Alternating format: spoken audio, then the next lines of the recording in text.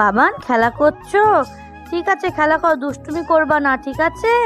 আমি মার্কেটে যাচ্ছি, কোথাও যাবে না কিন্তু। ঠিক আছে মা।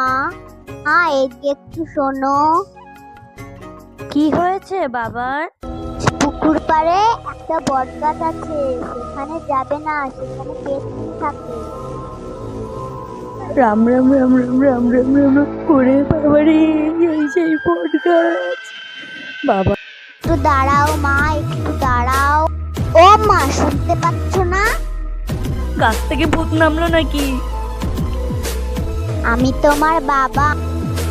ও মা, তোমার পয়সার ব্যাগটা বাড়িতে ভুলে রেখে এসেছিলে, তাই তোমারে দিতে এসেছি। তাই তো, আমি সত্যি পয়সার ব্যাগটা ভুলে রেখে এসেছি। তুই যদি না দিতিস তাহলে কি হতো বলতো? তাড়াতাড়ি চল।